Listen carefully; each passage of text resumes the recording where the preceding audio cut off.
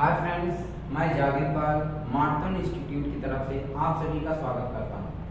चलिए आज हम पढ़ते हैं विज्ञान का वो महत्वपूर्ण टॉपिक कार्बन। क्या पढ़ेंगे बच्चों? कार्बन। चलिए आप देख रहे हैं कार्बन हमारे रसायन विज्ञान का ऐसा टॉपिक है जो सभी वनडे सुपर टेट की बात करें तो अधिकतर आपके केमिस्ट्री में इसी टॉपिक से क्वेश्चन पूछे जाते हैं। आज हम अध्ययन करेंगे कार्बन होता क्या और कार्बन को कितनी अवस्थाओं में प्राप्त किया जाता है और इनके अपरूपा कौन कौन से हैं। चलिए अब ध्यान देते हैं।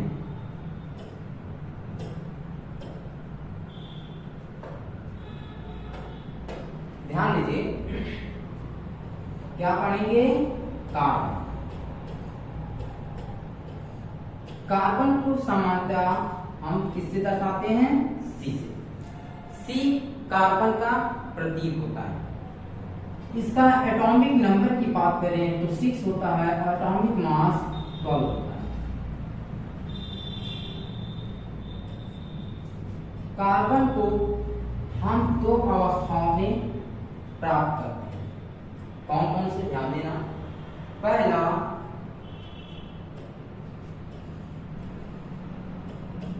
क्रिस्टलीय। कौन सा? क्रिस्टली। और दूसरा अवस्था है क्रिस्टलीय। पहली अवस्था क्रिस्टली और दूसरी अक्रिस्टलीय। आप ध्यान देते हैं कि क्रिस्टलीय रूपक में हम इनका अध्ययन करेंगे और अक्रिस्टलीय में इसका अध्ययन करेंगे। तो ध्यान दीजिए बच्चों, क्रिस्टलीय के अंतर्गत हम अध्ययन करेंगे हीरा, ग्रेफाइट,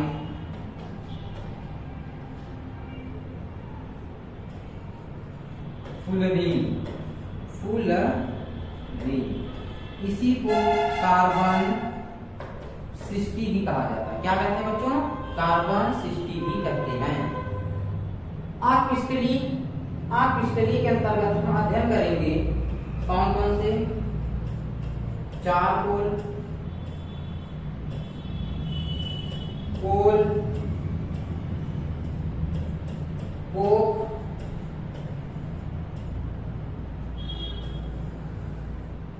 जंतु,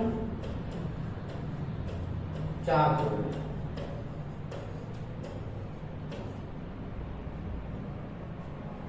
क्रिस्टलीय का मतलब होता है जब कार्बन एक अपनी निश्चित रूप में प्राप्त किया जाए। जैसे कि हीरे की बात करें, ग्रेफाइट की बात करें, फ्लोरीन की बात करें, इनकी जो संरचना होती है बहुत ही हार्ड होती है। क्या होती है? हार्ड। एक निश्चित मतलब इनका सर्टेन शेप होता है। और अक्रिस्टलीय का मतलब होता है इनका कोई शेप सर्टेन नहीं होता है। इन्हें किसी मतलब बेलन की अवस्था, चौकोर, मतलब हर शेप में इन्हें हासिल किया जा सकता है। लेकिन क्रिस्टलीय की बात करें तो इनका जो शेप होता है एक सर्टेन, कहने की हम ये बता सकते हैं कि जो इनमें कार्बन होते हैं, कार्बन और कार्बन के बीच जो बॉन्डिंग होती है वो निश्चित संकरण द्वारा होता है, हाइब्रिडाइजेशन द्वारा। लेकिन अक्रिस्टलीय जो हाइब्रिडाइजेशन होता है वो सर्टेन नहीं होता। चलिए हम आज अध्ययन करेंगे कार्बन की बात। तो ध्यान दीजिए, कार्बन की जो संयोजकता होती है, कार्बन की संयोजकता कितनी होती है बच्चों? 4। जो एग्जाम में सबसे ज्यादा पूछा जाता है कि कार्बन की संयोजकता कैसी होती है, तो कार्बन की संयोजकता कैसी होती है? 4। कार्बन कैसा संकरण करता है? तो कार्बन कैसा संकरण करता है? तो sp3 संकरण करता है। कैसा संकरण करता है? sp3 संकरण करता है।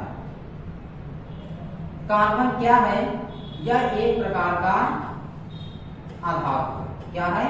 एक प्रकार का कार्बन क्या है? आधातु है। कार्बन एक प्रकार का आधातु है। और कार्बन को कितनी अवस्थाएं प्राप्त करते हैं? जैसे कि जल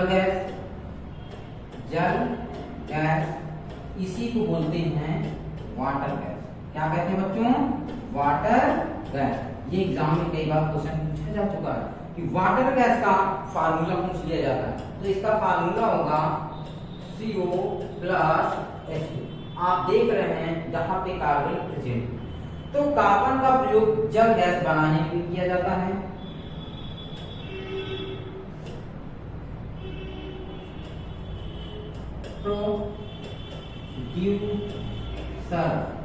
प्रोड्यूसर गैस, प्रोड्यूसर गैस में भी इसका फार्मूला होगा CO plus H2 plus N2। Producer gas में भी कार्बन की मात्रा पाई जाती है। चलिए अब हम आगे ध्यान देते हैं।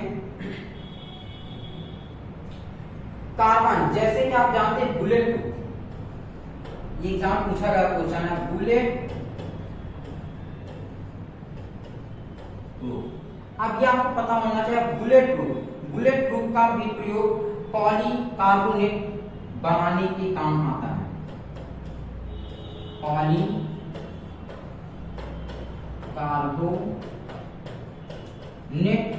बनाने के काम आता है। तो इस समय जो बुलेट प्रूफ का बनाए जाते हैं, किसके बनाए जाते हैं? पॉलीकार्बोनेट के बनाए जाते हैं। किसके बनाए जाते हैं? पॉलीकार्बोनेट के बनाए जाते हैं। और बात करें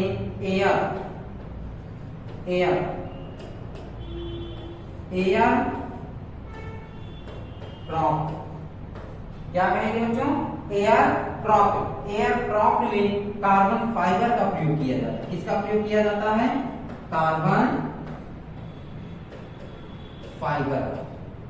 फाइबर का प्रयोग एयर क्रॉफ्ट बनाने में किया जाता है।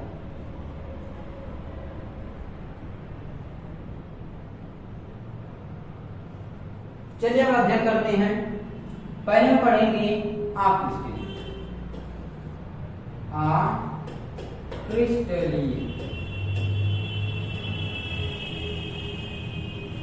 क्रिस्टलीय के अंतर्गत हम पहले पढ़ेंगे चार। क्या पढ़ेंगे बच्चों? चार पोल। तो ध्यान देना, चार पोल का निर्माण कैसे किया जाता है?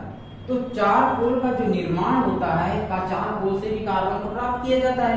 इसका प्रयोग ईंधन के रूप में किया जाता है फ्यूल के लिए।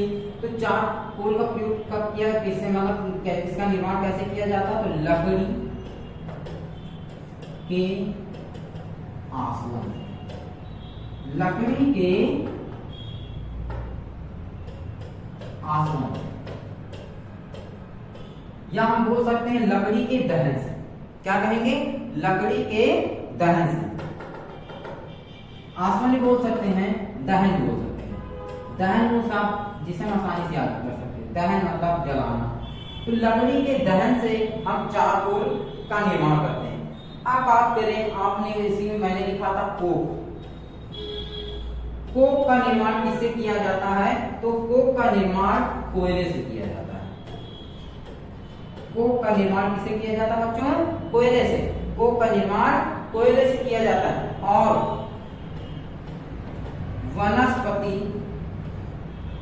वनस्पति तथा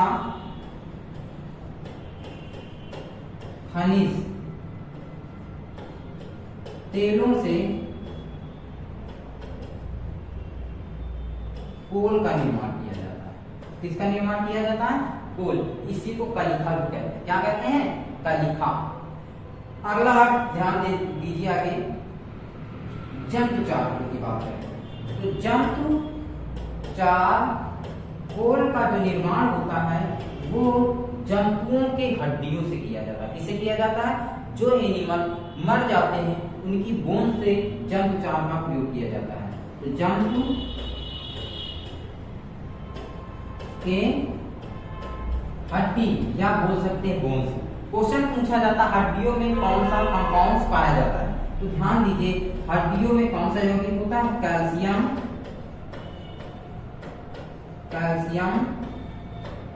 फॉस्फेट। कौन सा तत्व होता है? Calcium phosphate. तो जंतुओं की हड्डियों में कौन सा तत्व होता है? Calcium phosphate. जंतु चार कोल का प्रयोग कहाँ किया जाता है? तो आप जानते हैं कि ध्यान दीजिए, जो गन्ने का रस होता है, गन्ने को जब मशीन से कोल्हू में क्या किया जाता है? पेरा जाता है और पेरने के बाद जो लिक्विड निकलता है, जो मतलब तरल पदार्थ निकलता है, तो उसकी शुद्धता आप बोल सकते हैं चीनी की शुद्धता के लिए हम मतलब जंतु चार का प्रयोग किया जाता है। कहने का मतलब चीनी की शुद्धता को ठीक करने के लिए, चीनी की शुद्धता के लिए जंतु चारकोल का प्रयोग किया जाता है। आप ध्यान दीजिए बच्चों, यहीं पे आपने पढ़ा होगा शुगर चारकोल क्या होता है। शुगर चारकोल का प्रयोग या निर्माण कैसे होता है, तो ध्यान दीजिए, शुगर चार जब चीनी से शुद्ध अशुद्धियों को बाहर कर दिया जाता है, किसके द्वारा, जंतु चारकोल के द्वारा। मतलब चीनी का जो मतलब सफेदीपन लाना, गंदापन जो होता है सफेद में बदला, वो जंतु चारकोल के द्वारा होता है। लेकिन जब जंतु चारकोल के द्वारा चीनी को शुद्ध किया जाता है, उस अवस्था में चीनी में नमी प्रेजेंट रहती है, कहते हैं नमी की उपस्थिति होती है, और उस नमी को दूर करने के लिए, उस नमी को दूर करने के लिए उसमें सांड H2SO4 मिलाया जाता है। सांड H2SO4 मिलाने पर ये क्या करता है, नमी को सोखता है, और नमी को सोखने के बाद, नमी को सोखने के बाद जो कंपाउंड प्राप्त होता है, मतलब उसी को क्या कहेंगे, शुगर चारकोल। वहां पे शुगर चारकोल का निर्माण होता है। ध्यान दीजिए, जो नाइट में क्या होता है, पहले जमाने में आप देखते घरों में दीपक जलाए जाते हैं, घरों में दीपक, तेल के दीपक, तो उसमें जो कलिखा निकलता है, उसमें जो कलिखा निकलता है, तो क्वेश्चन पूछा जाता है सबसे ज्यादा कार्बन की जो प्रतिशतता किसमें होती है, तो ध्यान दीजिए कलिखा किसमें होता है, कलिखा। अब कितने प्रतिशत होता है, तो 99.98% कार्बन की मात्रा इसमें पाई जाती है। कितना पाया जाता है बच्चों, 99.98% कार्बन की मात्रा कलिखा में पाया जाता है। आगे ध्यान दीजिए, आप देखिए बहुत सारे व्यक्ति ऐसे होंगे जिनके हाथ में कट जाते हैं और वो कृत्रिम रूप से अंगों को लगा के, मतलब कृत्रिम अंग लगा रखते हैं। ऐसा हमें फील होता है, ऐसे लगता है कि यार ये तो अंग बिल्कुल सही है, ऐसा दिखने में लगता है। लेकिन अब बात करें कृत्रिम अंग बनाए किसके जाते हैं, तो ध्यान देना बच्चों, कृत्रिम अंग ये बने होते हैं कार्बन सीसा के। किसके बने होते हैं, कार्बन सीसा के कृत्रिम अंग बने होते हैं।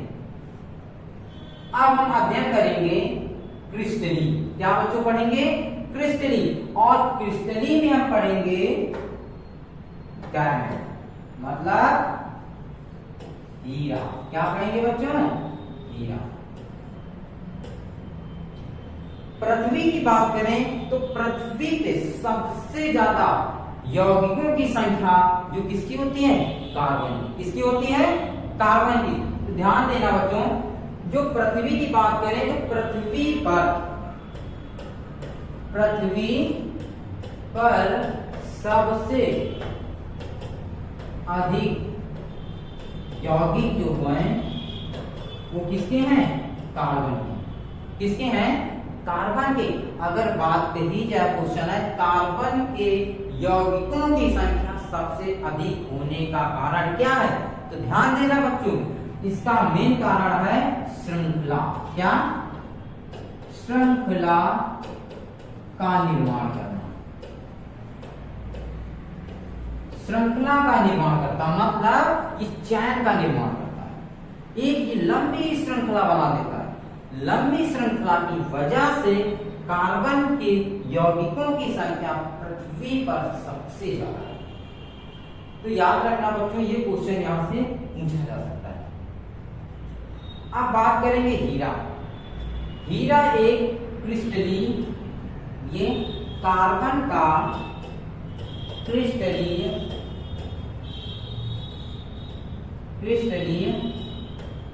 आप रूपा है। हीरा जो ये कार्बन का क्रिस्टलीय रूपक है। और बात करें इसके मेन तथ्य, तो कार्बन प्राप्त किससे किया जाता है, ये किस पत्थर से प्राप्त किया जाता है, तो ध्यान देना बच्चों, कार्बन जो है किम्ब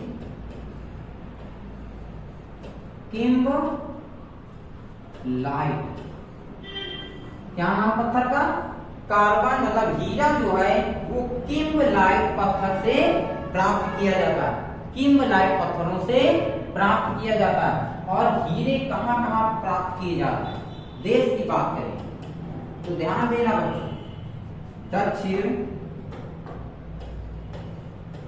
दक्षिण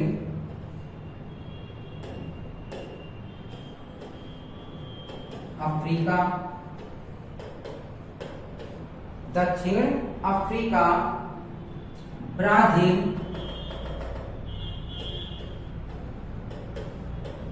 दक्षिण अफ्रीका, ब्राजील, यूएसए,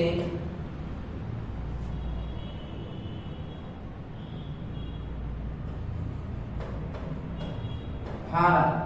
और भारत में कहां कहां प्राप्त किए जाते हैं? दक्षिण अफ्रीका, ब्राजील, यूएसए, ऑस्ट्रेलिया और भारत। बात करें कि भारत में कहां कहां पे हीरे पाए जाते हैं, तो ध्यान देना बच्चों, भारत में हीरे कहां पाए जाते हैं? तो गोलकुंडा कहां पाए जाते हैं?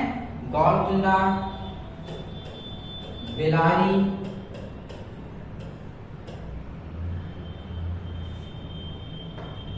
गोलकुंडा, बेलारी, अनंतपुर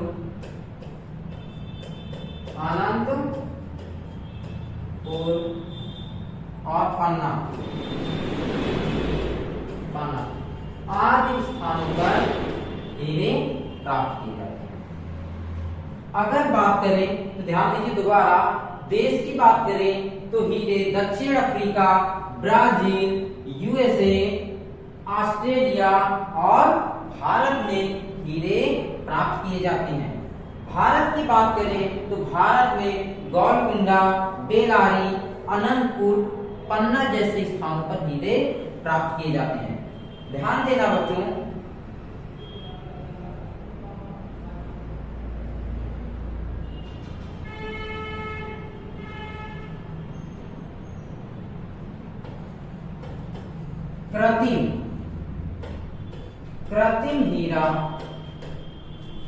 कृत्रिम हीरा विश्व में सबसे पहले,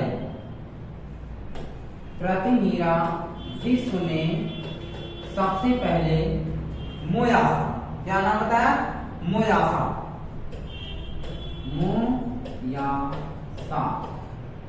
ने बनाया था। ये बहुत महत्वपूर्ण है, ध्यान देना बच्चों। कृत्रिम हीरे की बात करें तो कृत्रिम हीरा विश्व में सबसे पहले किसने बनाया था? मोयासा ने। किसने बनाया था? मोयासा ने। हीरे की शुद्धता किससे मापी जाती है? तो ध्यान देना, कैरेट। किससे मापी जाती है? कैरेट। हमारे भारत में क्या बोल सकते हैं? विश्व विख्यात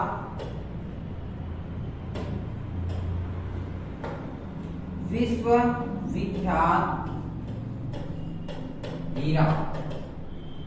तो ध्यान देना बच्चों, विश्व विख्यात जो हीरे हैं जैसे कि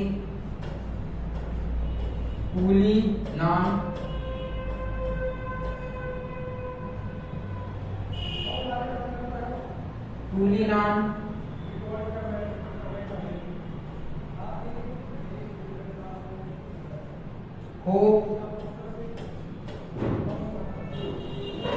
कोहिनूर।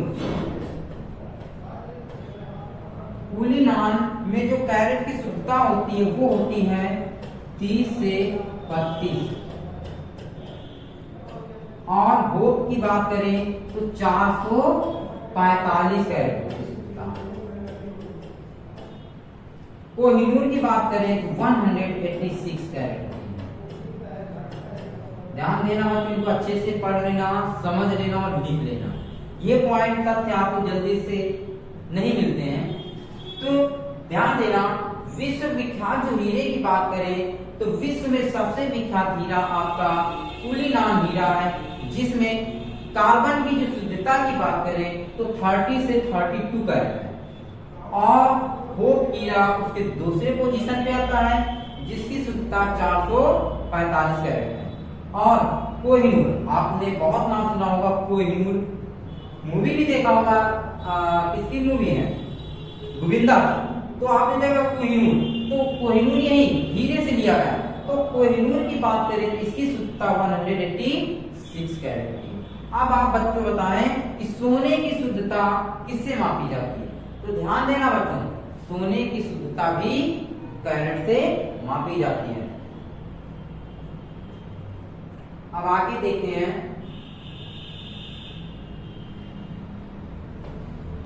हीरे की जो संरचना होती है, हीरे की संरचना भी पूछ लिया जाता क्वेश्चन। तो ध्यान दें, हीरे की जो संरचना होती है वो होती है त्रिविम चतुष्फलकीय। कैसी होती है बच्चों? त्रिविम चतुष्फलकीय। इसका मतलब ये हुआ कि कार्बन के 4 बॉन्डिंग होते हैं, कार्बन में 4 बॉन्डिंग होते हैं, और प्रत्येक बॉन्ड प्रत्येक कार्बन से ऐड होता है, और ऐड होने की वजह से इसमें एक कोई भी बॉन्डिंग फ्री नहीं रहता, और जब फ्री नहीं रहेगा तो इसमें इलेक्ट्रॉनों का आवागमन नहीं हो पाएगा।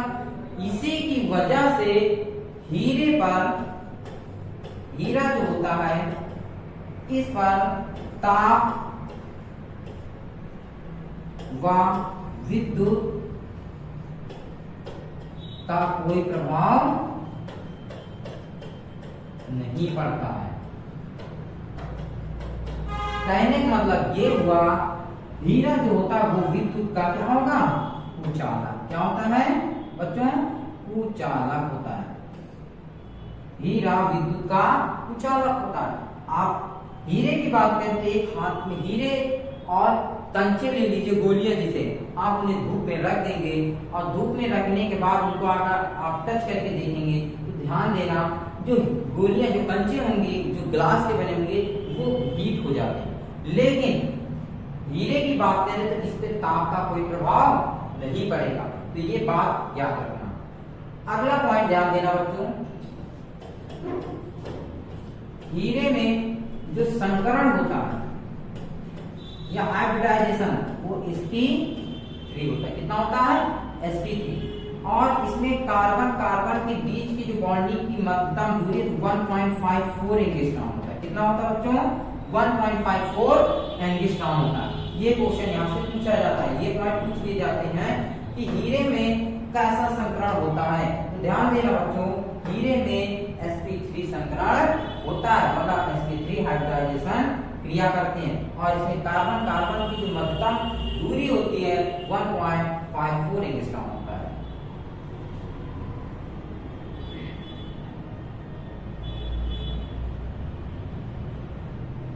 चलिए आप आगे देखें।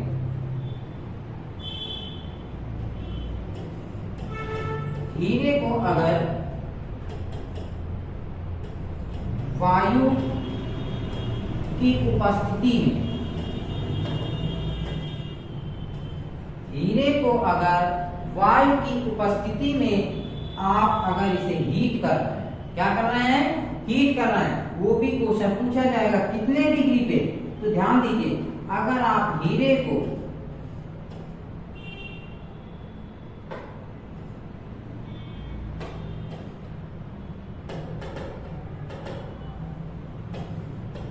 अगर आप हीरे को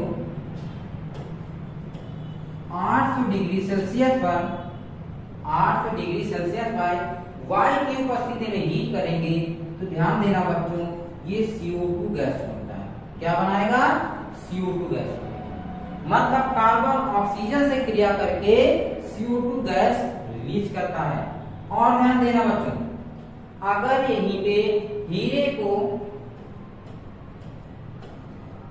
वायु की अनुपस्थिति,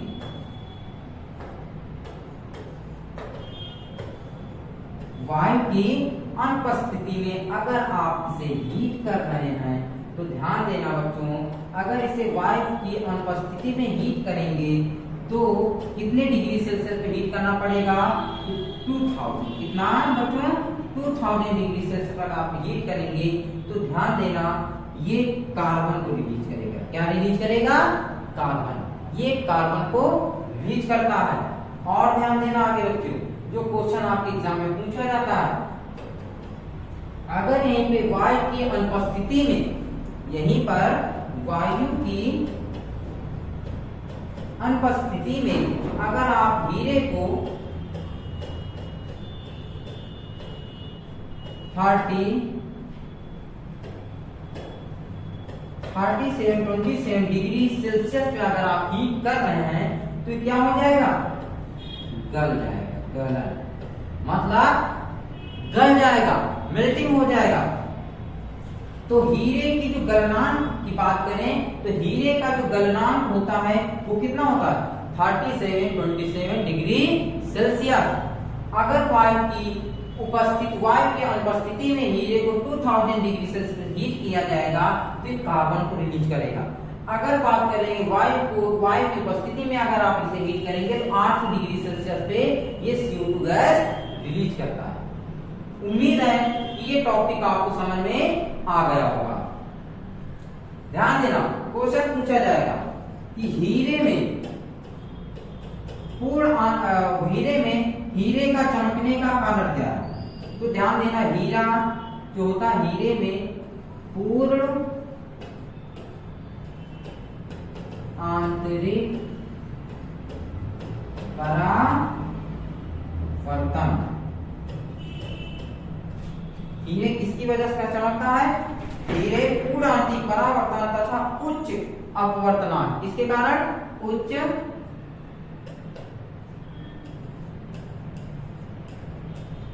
अपवर्तन।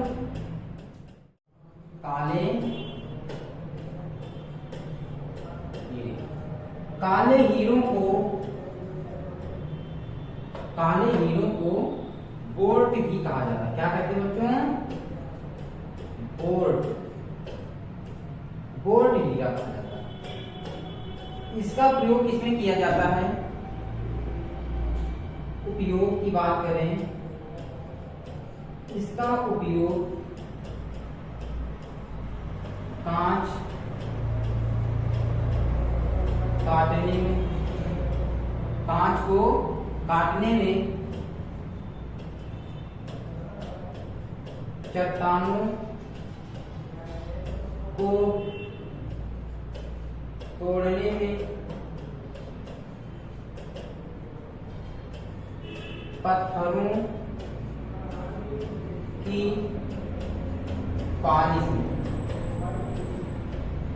की पालिश में काले हीरे मतलब बोल्ट हीरे का प्रयोग किया जाता है। इस हीरे को कार्बोनेडो भी कहा जाता है। ध्यान देना बच्चों, काले हीरे को कार्बोनेडो क्या कहते हैं बच्चों? कार्बोनेडो भी कहा जाता है। इसे पॉइंट को याद, ये एग्जाम में बहुत पूछा जाता है कि काले हीरे को क्या कहा जाता है। तो ध्यान देना बच्चों, काले हीरे को बोल्ट हीरा भी कहा जाता है। और अगर बोल्ट हीरा ना दिया गया हो तो ध्यान देना कार्बोनेडो लिखा रहेगा। काले हीरे का उपयोग कांच काटने, चट्टानों को तोड़ने और पत्थरों की पालिश में काले हीरे का प्रयोग किया जाता है। ध्यान देना, इसका घनत्व और अपवर्तनांक भी पूछ लिया जाता है। तो जो इसका घनत्व की बात करें, इसका घनत्व और आपको वर्तनांक, काले हीरे का जो अपवर्तनांक होता है शुद्ध हीरे के अपवर्तनांक के इक्वल होता है। कहने का मतलब कितना होगा? 2.417 होता है। और इसका अपवर्तनांक जो होता है वो होता है 3.5। कितना होता है? 3.52 इसका अपवर्तनांक होता है। ध्यान देना, अगर क्वेश्चन आए हीरे का अपवर्तनांक कैसा होता है, तो भी हीरे की बात करें तो 2.417 बताना, अगर काले हीरे की बात करें तो इसका भी यही अपवर्तनांक होता है। अब बात करेंगे, आपने सुना होगा कि हीरे को चाटने पर व्यक्ति की मृत्यु हो जाती है, ऐसा आपने सुना होगा। कहा जाता है कि हीरा कैसा होता है, जहरीला होता है या नहीं होता। ध्यान देना बच्चों, हीरा जहरीला नहीं होता, हीरा जहरीला नहीं होता। हीरे की बात करें तो हीरे में जो रमे होते हैं, क्या रमे, ये किस अवस्था में होते हैं, घने नुमा। कैसे होते हैं, घने का या घना का बोल सकते हैं, घना का। आपने घनाक को देखा होगा, तो हीरा भी घना नुमा होता है, और घनाक की आकृति के होने की मतलब इसमें जो रवे होते हैं घना का, और इतने शाइनिंग होती है, इतनी शाइनिंग होती है, इतने तराश इसमें होता है। हीरे को जितना तराश होगे उतना ही ये चमकेगा, हीरे को जितना तराश होगे उतना चमकेगा। तो इसमें इतनी तराश होती है, अगर हीरे को हम हल्का सा भी टंग में टच करते हैं या चाटते हैं, तो इसी घनेकार होने की वजह से हमारे नर्वस सिस्टम को ही नष्ट कर देता है, जिसकी वजह से हल्का सा जैसे ही किया कि पूरे माइंड के नर्वस सिस्टम को फाड़ देता है, और फाड़ देने की वजह से व्यक्ति की तुरंत मृत्यु हो जाती है। तो आप ऐसा नहीं कह सकते कि हीरा जहरीला होता है, हीरा जहरीला नहीं होता, बल्कि हीरा में रमे जो होते घने का होने की वजह से ये हमारे स्वास्थ्य के मतलब इसे टच करने या चाटने से व्यक्ति की मृत्यु हो जाती है। तो उम्मीद है बच्चों आपको ये टॉपिक समझ में आ गया होगा। चलिए हम आगे बढ़ते हैं, ग्रेफाइट। ध्यान देना,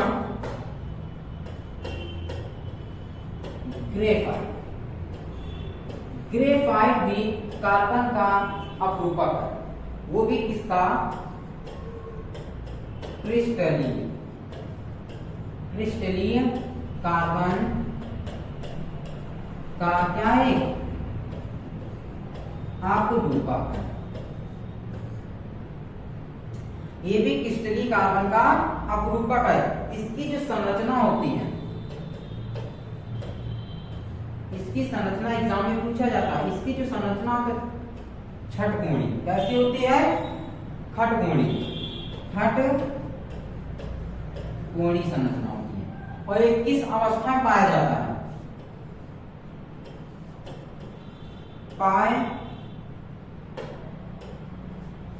पाए जाने की अवस्था,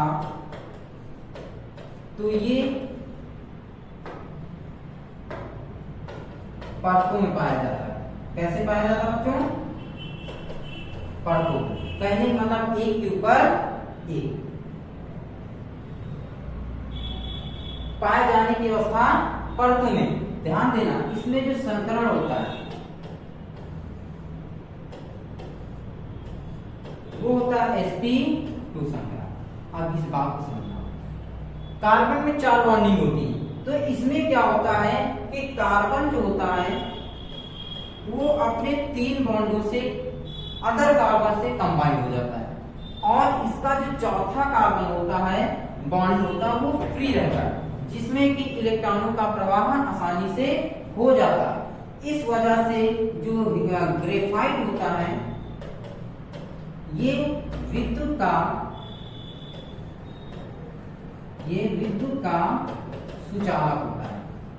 क्या होता है बच्चों, ग्रेफाइट विद्युत का सुचालक होता है। सुचालक होने की वजह अभी मैंने समझाया कि कार्बन में 4 बॉन्डिंग होती है, जिसमें से कार्बन अपने 3 बॉन्डों से कार्बन से संयोग करता है, लेकिन चौथा जो बॉन्ड होता है वो फ्री होता है, और फ्री होने की वजह से इसमें इलेक्ट्रॉन आसानी से आवागमन कर सकते हैं, जिसकी वजह से ग्रेफाइट विद्युत का सुचालक होता है। तो ये अपवाद है, क्वेश्चन यहाँ पूछा जाता है, वह कौन सा अधातु है जो विद्युत का सुचालक होता है। ध्यान देना बच्चों, ये क्या है, वो ग्रेफाइट एक अधातु होते हुए भी विद्युत का सुचालक का कार्य करता है। अब बात करेंगे इसकी ये ग्रेफाइट किन किन देशों में पाया जाता है। तो ध्यान देना, देश की बात करें तो ग्रेफाइट कहाँ कहाँ प्राप्त किया जाता है? पहला है भारत। भारत के बगल में पड़ोसी देश कौन सा? श्रीलंका।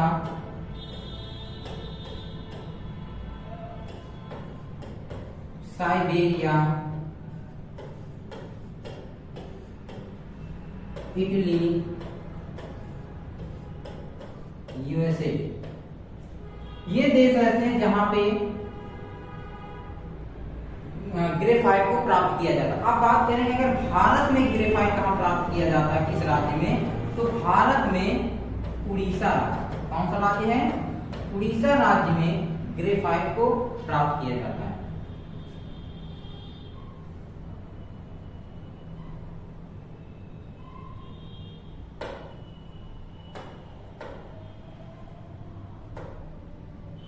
ध्यान देना,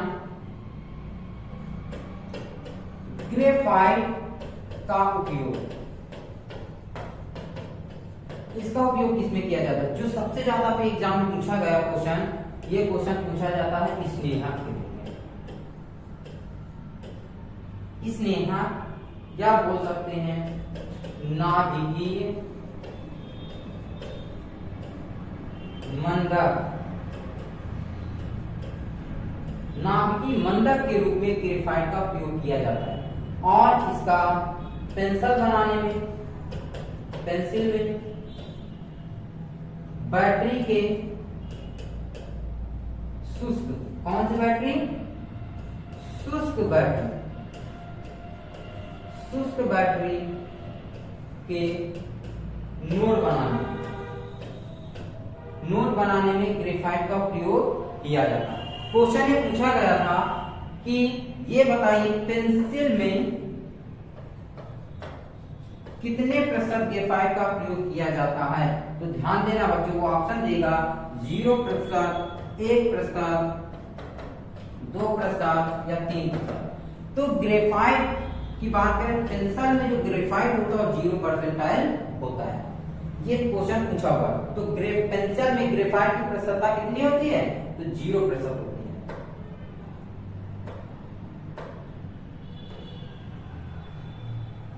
अब इससे पहले मैंने बताया था ग्रेफाइट किस अवस्था में प्राप्त किया जाता है? तो परतों में। ओके, अब ध्यान देना बच्चों, जो हीरे की बात करें तो हीरे में कार्बन की जो मध्य की दूरी होती है वो अधिक होती है, अधिक होने की वजह से स्ट्रॉन्ग होता है। अब बात करें ग्रेफाइट की, तो ग्रेफाइट में जो कार्बन की जो बीच की डिस्टेंसिंग होती है वो हीरे के कार्बनों की तुलना में क्या होगी? अधिक होगी। कार्बन के मध्य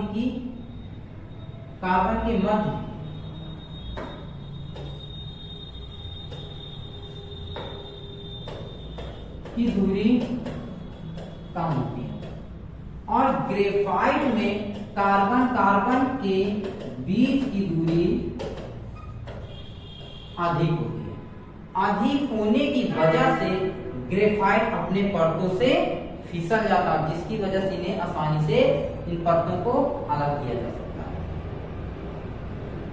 तो उम्मीद है कि ग्रेफाइट का टॉपिक आपको समझ में आ गया होगा। ग्रेफाइट क्या है?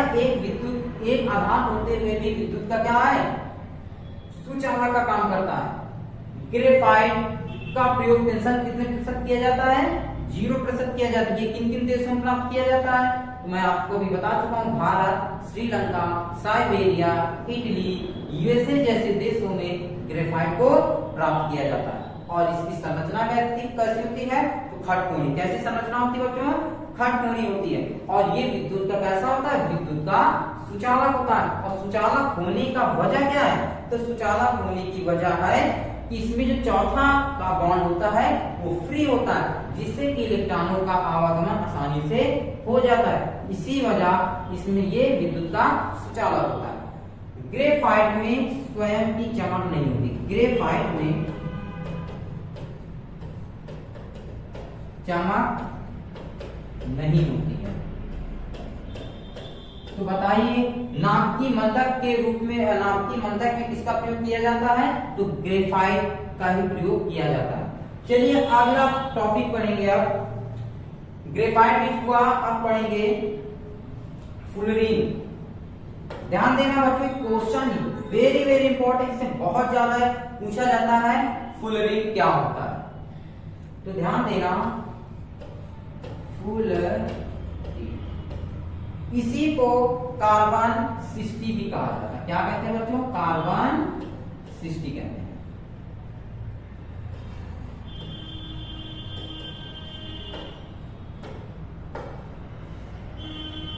इसकी खोज किसने किया? तो ध्यान देना बच्चों, इसकी खोज रिचर्ड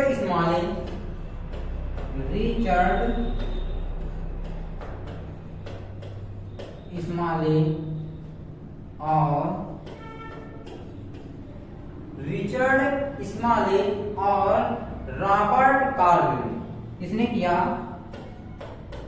रॉबर्ट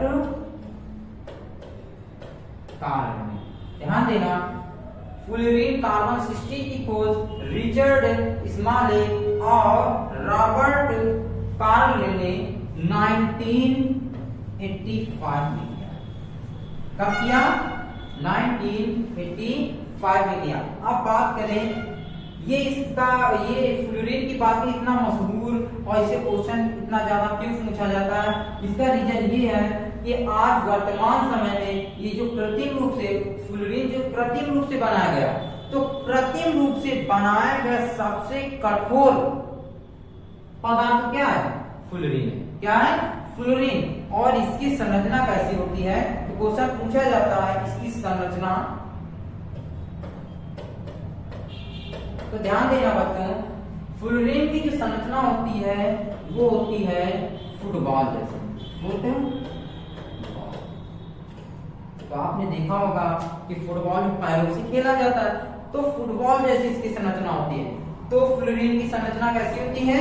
फुटबॉल जैसी। तो ये कार्बन का एक सक्रिय अपरूपक होता है। अगर बात करें अपरूपक की, तो कैसा अपरूपक होता है? सक्रिय। ये कार्बन का सक्रिय अपरूपक होता है।